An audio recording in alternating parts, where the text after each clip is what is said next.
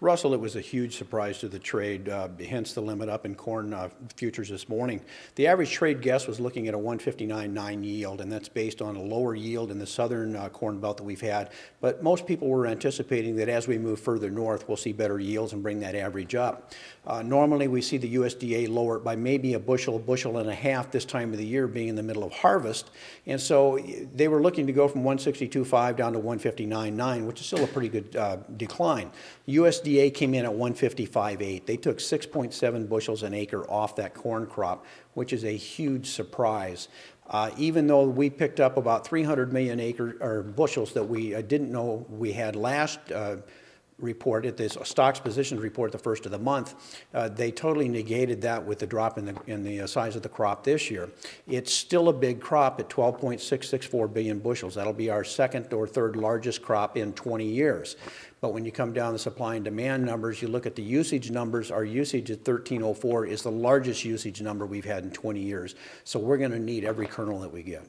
So what does this now mean for the entire grain complex, more importantly for the wheat farmer up here in the Northern Plains? Well, what it's going to do is the corn is going to be the leader in the grain complex. We're going to see corn move, as we saw this morning, limit up. We're going to see the wheat move along with it as the wheat bids for acres, particularly in the eastern part of the country. We see the wheat bid for acres for next year's crop. They're going to have to take the price of wheat higher as we go.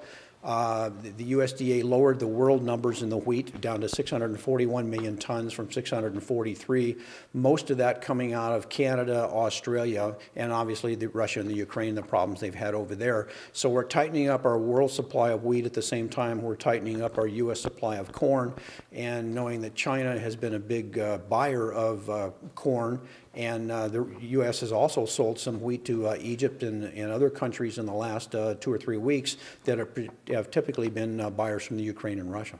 And finally, Henry, for the rancher out there, what does this corn number mean for them? Unfortunately, it probably means pressure on the feeder cattle market and the calf market as input costs get higher and higher.